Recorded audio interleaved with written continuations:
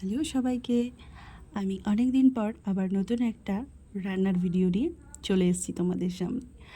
তো আমি আজকে বানাবো আলুর পরোটা। আলুর পরোটা বানাতে কম বেশি সবাই জানে।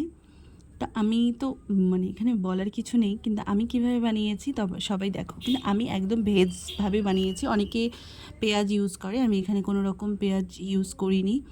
তো চলো পুরো ভিডিওটা এন্ড অবধি দেখো। আমি এখানে প্রথমে নিয়ে নিয়েছি 3 কাপ ময়দা, 2 কাপ আটা। আর তোমরা চাইলে পুরোটা ময়দা দিয়েও করতে পারো। তারপর এখানে নুন আর তেল নিয়ে আমি এটাকে ভালো করে একটু মাখিয়ে নিয়েছি। তারপর আমি এখানে অল্প অল্প করে জল দিয়ে একটু নরম করে আটাটাকে মেখে নেব। তারপরে একটু তেল দিয়ে আবার ভালো করে একটু নরম করে মেখে কিছুক্ষণের জন্য ঢেকে রেখে দেব। একটা পাত্রের মধ্যে ভালো করে ঢেকে রেখে দিতে হবে কিছুক্ষণ। তো আমি অনেকক্ষণই রেখেছিলাম। তারপর ওটা ঢেকে রাখার পর আমি এখানে কয়েকটা আলু নিয়েছি এরকম সাইজের। তো তারপর সেগুলোকে ভালো করে ধুয়ে কেটে আমি সেদ্ধ করে নিয়েছি। আর তারপর আলুটা এখন মাখবো। তো আলু মাখার জন্য প্রথমে আমি নুন নিয়েছি, লঙ্কার গুঁড়ো দিয়েছিলাম, গোলমরিচের গুঁড়ো, আর চাট মশলা দিয়েছিলাম, জিরের গুঁড়ো দিয়েছিলাম। ব্যাস এই কটা মশলা দিয়েই আমি আলুটাকে মেখে নেব। তো আলুটা এখানে মাখা কমপ্লিট হয়ে গেছে। তারপর যে আমি আটাটা মেখে রেখেছিলাম, তো সেটাকে আমি একটু বের করে ভালো করে আর একটু মেখে নেব।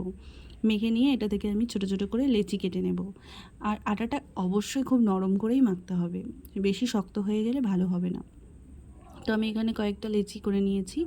তারপরে হাতের মধ্যে অল্প অল্প করে তেল নিয়ে লেচির মধ্যে পুরটা এভাবে আমি ঠিক এভাবে ভরে নিয়ে, তো আমি সবগুলোই একবারে করে নিয়েছিলাম, তাতে সুবিধাই হবে বারবার পুর ভরার থেকে। তো এইভাবে সবগুলো বানিয়ে নিয়েছিলাম, অনেকগুলোই হয়েছিল।